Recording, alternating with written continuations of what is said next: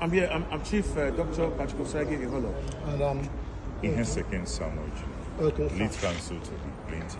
Okay. So what actually brought you to court today? Well, it's a matter of what happened during the time of the COVID-19.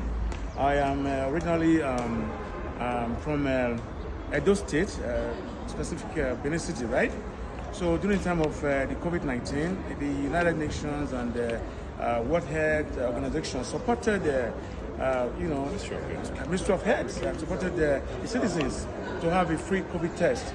But in the case of University Teaching Hospital, UBTH in Benin, headed by one Osagie, who is apparently related to the Edo State government, we're exploiting people 30,000 for the COVID test. And not only that, they had a POS they were using that place.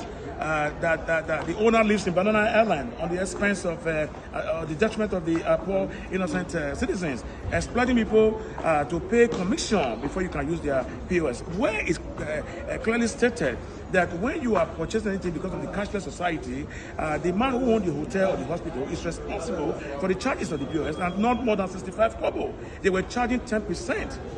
So it was 30,000. It's been going on for 3 years and plus. I spent more than 9 million naira on this case, and I said I'm going to see the end of it. And that's what brought me to Abuja today to come and continue the case with my lawyer, Sam Second Jr. That's why I'm here, and I'm glad to be here. Okay, well, thank you very much. Do you actually do your investigation before coming up with such case? Well, if I don't do investigation, I won't come up with that. I'm a litigant, and I had to have my premier fasting before I take any case to court or address my lawyer to take any case for me. So I did my due diligence, and I'm very sure that they were exploiting the citizens. Let me tell you something. We're talking about 30,000 naira that I can afford. They can't even buy me a hamburger. But I want justice to be done. I want to stop the exploitation of our Nigerian citizens, whether it's by the governors or whether it's by the senators or whether it's by the presidency. What is important is that exploitation must stop. Thank you very much. So what do you have to say in respect to what Chief has said? Yes, well, the case has been ongoing for 2 years now. Quite incidentally, the parties involved, the more particularly party this case is indicting on the University of Benin Teaching Management Board or Teaching Hospital.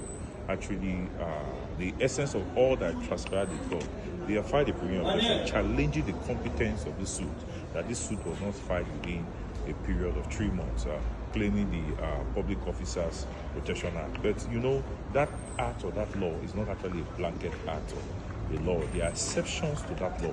There are exceptions to that law in cases of contracts, breach of contract, in cases of tort, as it relates to, as in this present case, there are exceptions to that act. That act will not actually survive or suffice of such party. So the judge actually, in all fairness, actually deliberated on the motion and ruled that it should be set down as a preliminary point before we go the substance. We came prepared to go into hearing, but the judge said he would want to hear that issue of jurisdiction. And the issue of jurisdiction is very fundamental. I have been a party who has advanced issue of jurisdiction from here to the appellate court, yes. And so I know the essence of jurisdiction. I want the issue of jurisdiction to be handled by this case is indicting on the University of Benin Teaching Management Board or Teaching Hospital.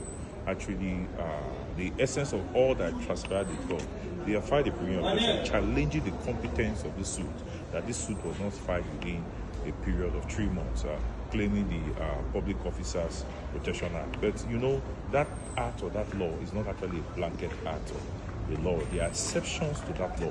There are exceptions to that law in cases of contracts, breach of contract, in cases of tort, as it relates to, as in this present case, there are exceptions to that act. That act will not actually survive or suffice of such party. So the judge actually, in all fairness, actually deliberated on the motion and ruled that it should be set down as a preliminary point before we go the substance. We came prepared to go into hearing, but the judge said he would want to hear that issue of jurisdiction. And the issue of jurisdiction is very fundamental. I have been a party who has advanced issue of jurisdiction from here to the appellate court, yes. And so I know the essence of jurisdiction. I want the issue of jurisdiction to be handled by the court first before we go to the substance of the matter. We are optimistic that we will certainly get justice at the end of the day. The whole essence of this public interest case, I had to fly from Casino.